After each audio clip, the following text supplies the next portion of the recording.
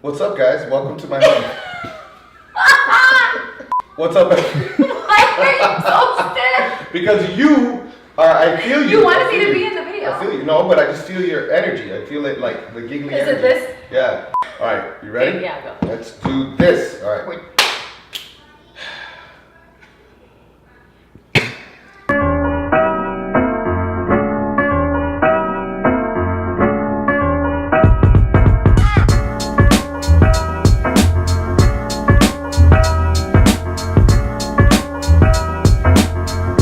What's up, everybody? This is Danny with Fat Fueled Family. I'm here with my beautiful wife, Maura, aka FatFueledMom, and we're here to tell you about my hypertrophy experiment that I'm doing with Robert Sykes, aka Keto Savage. And this is going to be a 3-month experiment, and it's basically looking at different ways that we can approach our nutrition and which approach is going to be best for hypertrophy. All of these 3 approaches that we're going to be trying are within a ketogenic approach. All right, so what is your hypertrophy experiment and how long is it for? All right, so the hypertrophy experiment is something that Robert thought of, and it's basically a 3-month experiment where we're going to be putting ourselves in a 500 calorie surplus. So we're eating 500 extra calories every day for the next 3 months. The first month, those calories will all be coming from extra protein. So that comes out to 125 grams of extra protein a day, which is basically doubling my protein intake. The second month will be 500 calories from fat, and then the third month would be 250 calories from protein and 250 calories from fat. And so what we're doing is we're testing every single morning. We're doing fasting blood glucose, fasting blood ketones, fasting breath ketones with the LEVL breath meter, which we'll talk about. And we're doing, we did a baseline body fat test. We're doing daily weigh-ins, and we're also doing body fat tests and measurements at the end of every month. Okay, and so what is the purpose of this experiment? What are you guys trying to, what do you think is gonna happen? Why would they do this? So first of all, the reason why we're doing it is a lot of the time Robert and I both get asked about putting on muscle with keto. First of all, most people think that you can't put on muscle with keto, which is false. But the question then becomes, how do you do it? Do you need to be in a surplus? We kind of think that you do, even though I was in a deficit for the last 4 months and I cut my body fat pretty much in half and somehow was able to add 6 pounds of lean mass during that time. But let's just assume that we're gonna need a surplus.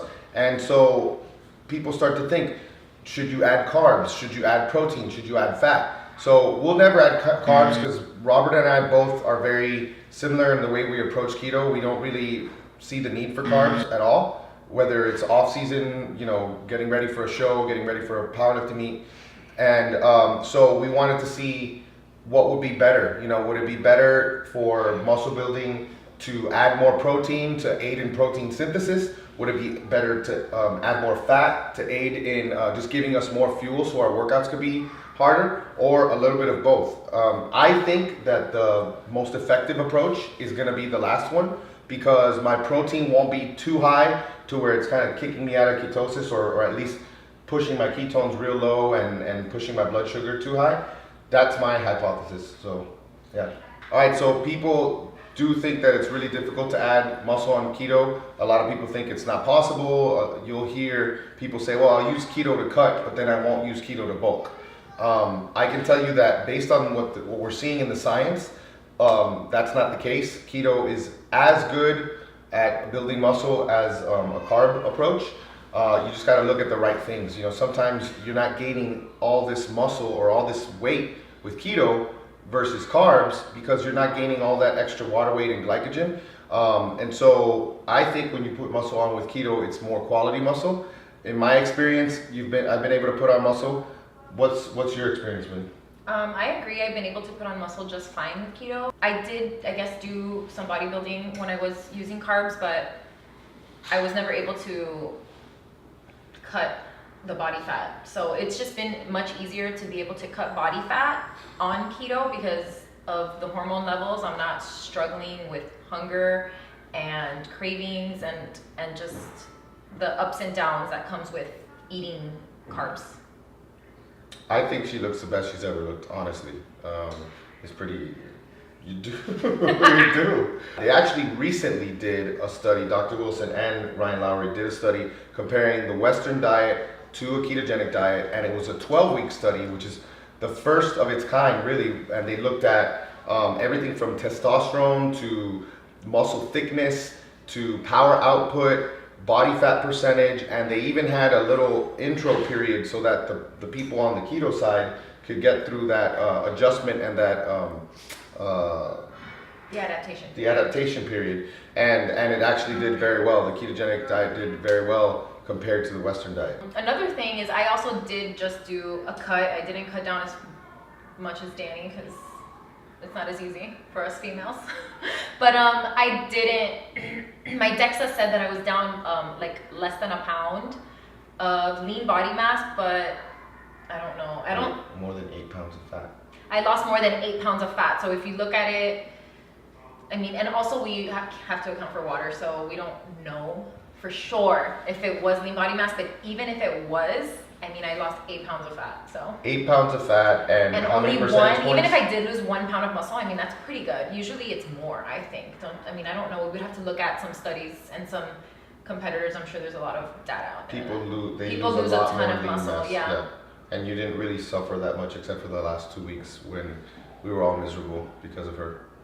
And honestly, I didn't suffer in my hunger as much. It's more mental, and my energy levels took a huge hit, but I was never hungry.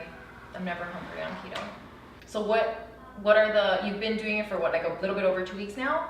Yeah, we're about halfway through the first month. And so what has happened so far? So it's been really interesting because I kind of thought this was going to happen, and it did. I started off at like 237 pounds, so I had a really wild September when it came to eating, and I put on quite a few pounds. And I started high with my weight, but my ketones, I remember my ketones the first day being like at 2.0 millimolar, fasting blood ketones, and my fasting glucose was 72. And so that's a typical morning for me. In one day, my ketones dropped to 0.4 millimolar, and my ketones have my fasting blood ketones have pretty much been right around 0.4. Yeah, there was like the exception of 2 times this whole month where one time I had like 1.5 and one time I had like 2.0 or something. And my blood sugar has gone up. My blood sugar has gone from usually 70s and 80s to like high 90s every day. So it's a bit of a concern for me. I really don't like it. Robert doesn't like it as well. Robert's put on a few pounds, and for some reason, I've lost a few pounds, which makes sense because even though I'm eating a surplus, I'm on a plan. So, and I got a DEXA scan with her right at the beginning of the experiment, and I was at 10.6% body fat. But Robert and I are doing the in-body bioimpedance fat test, and the bioimpedance had me at 12.7 at week 1, but that was at baseline, 12.7% at baseline. After week 1, I was down to 10.4% on the in-body because I can do it anytime at my gym. And this week, which is kind of the end of week 3, kind of halfway through, I actually was down to 7.0% body fat on the in-body. On the in-body, which is really weird. I can say that I'm not a fan of this month. My brain function is not what it used to be. I feel like less in ketosis, so I don't feel as good. Yeah, and so I don't feel on point like I did before. Okay, so what about working out? Did you change anything in your workouts? What are the kinds of workouts that you're doing? Cardio? Any changes or kind of the same? Cardio is pretty much non-existent. I'm doing 2 days a week of one day is like a 45-minute walk, and one day is some Stairmaster and some walk, like uphill walking. But my training is Robert and I decided to get together and do our training together. So we wrote our training together, and I basically did like my 10-20 life power building approach. So it's basically 4 days of main lifts. There's a squat day, there's a bench day, a deadlift day, and an overhead press day, and then there's a weak points day, like a fluff and buff day, and that's arms, which I have not been able to do one of those this whole month because we've been so crazy and that usually falls on Saturday, and we haven't been able to do it. I've been able to hit some decent non-powerlifting Danny numbers with my lifting. So my main lifts are feeling good. I'm feeling pretty good energy in the gym, just not on fire like I used to. I'm just like I feel keto, like keto focus. It's like like this focus or something. Yeah, I don't have the focus. Definitely mental don't have clarity. the mental clarity or the I'm doing it, but it's a little bit going through the motions. So I don't like that feeling, but I really do think it's the high protein that's just killing me. It's if it puts on muscle, then I think it's good, but then I don't know if it's But worth if the it. other way puts on muscle too, then Yeah. it might not So be. if next month I'm able to at least maintain what I've built this month and drop some fat, I would still say that a higher fat approach is better. So Danny, what are your macros and your ratios? Because we know that with keto, our ratios are 75% fat at least, usually higher, but they're much different now. So even though you've added 500 calories, did that change your ratios? Oh, for sure, it changed my ratio. So we set the baseline to 135 grams of protein a day, 250 grams of fat a day, and 10 grams of carbs, because I don't really eat any carbs. Yeah, We eat mostly meat. So sometimes eggs has carbs in it, and just incidental carbs. And so That egg. crazy. That one carb. Crazy. So when we added the 500 calories, it bumped up my protein to 260 grams of protein a day and 250 grams of fat. So I was at about like 81% fat, and I'm down to about 68% fat. And for the first time since going keto, my fat is lower than my protein, which is just Killing you. Yeah. Yeah. So how is it 68%? So is it more like 50-50 right now? You said it's 250, 260? Yeah, Oh, but the remember fat, but the fat has is, 9 grams. It has 9 calories. Yeah, 9 calories per 9 gram. calories, yeah. You're right. So we're doing every single morning fasting blood glucose, fasting blood ketones, and fasting breath ketones with the LEVL breath meter, which is really cool because the LEVL is the first FDA approved medical device that's used to test breath ketones. So it's extremely accurate.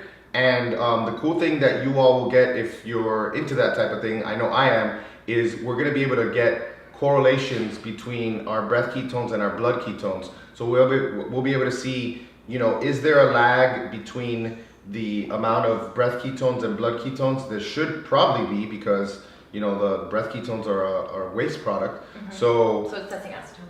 Yeah, it's testing acetone, and then the blood ketones is testing beta hydroxybutyrate. And like I said, we're doing monthly body fat tests, and we're doing measurements. Robert says his arms are gonna get bigger than mine. We'll see. So my weight was at 237.8 or something crazy when I first started, and the lowest I've been is 233.6, which was yesterday. And for some reason today I was at 235.0. But you said Robert has gained weight? Robert Like, has gained during about 3 these- pounds. During these few weeks. Yep. Okay. But you kind of maybe have some to lose, right? I had a little bit to lose. Because you were kind of figuring out. Yeah. Back to what we were talking about. We had a little meltdown, so pause. All right, so that sounds like a lot of information that you're tracking, a lot of numbers. Is there some kind of way that you're tracking it? Are you guys like using Excel spreadsheets, or is there some other way that you can see all of this data all in one place? So Robert's made some really good Excel spreadsheets, which he's like the king of that. Yeah, he is. We got graphs, we got all types of stuff, but the cool thing is that we're also using headsuphealth.com to track all of that stuff. And that website's awesome because it's integrated with a lot of the stuff that has software. So like MyFitnessPal. MyFitnessPal automatically goes to there. You can upload your electronic medical records. You can put anything you want manually, but you can also, if it's integrated, it'll just automatically pop up. So you just give them access to it, and it pops it up. And so sometimes you can have 2 different things on a graph, so you can plot like your carb intake for the day, and then you can compare that to your blood ketones and see like what happened on different days. So that's just a really cool website, and I've been a part of it for like over a year now. I absolutely love it. Yeah, I got in with the beta testing phase, and so now it's $59 a year, but honestly, I think it's worth it. That's not bad. Yeah. If you're like tracking and trying to collect all your data. Especially if you're doing more than just you want to look good. You know, you're doing stuff to like track your health. Yeah. I think it's totally worth it to have something where you have everything in the same, all in the same place. You can upload all of your labs. You can upload your, like I said, like you said, MyFitnessPal. Do you know any other apps off the top of your head that you work with? The Ketonics is already, the Ketonics Ketonics. breath ketone meter is already integrated. The LEVL, the one that we're using, is in the process of nice. being integrated. So right now LEVL is, you got to do it manually, but they have a lot of different ones, yeah. So what's next month? Next month, we're really excited because next month is a high fat month. So my protein will go down to the baseline, which is 135, but my fat's gonna be at 305. Amazing. So I'm gonna be able to do lots of pork belly, lots of fatty keto coffees, and you know, I look forward to that because I think what I think is gonna happen is I'm gonna lean out more next month, and I'm gonna be more productive because my ketones are gonna be higher. Okay, so what can we expect? Are you going to be updating everyone? Like, how often? I think realistically, 2 videos a month is good. So Sounds good. yeah, so 2 videos a month with how it's going each week by week, and the results. And what you'll see coming up is you're gonna see some training videos. You know what we do in the training. You're gonna see the heads up health that we talked about. You'll see kind of how that looks. So you'll see like what type of food I'm eating to arrive at those macros. I've been kind of creative. Actually, the last week or so, I've been change it, right? I've just been doing things that make me happy. You know, so because I'm miserable, I might as well have some fun. So I've been doing some protein pancakes and doing some stuff that doesn't involve me eating several pounds of lean cuts of meat, which I usually like to eat lots of meat, but not these lean cuts that I've been eating. All right, thanks for watching. Don't forget to hit subscribe to Fat Fuel Family, like, share, all that good stuff, and we'll catch you on the next one.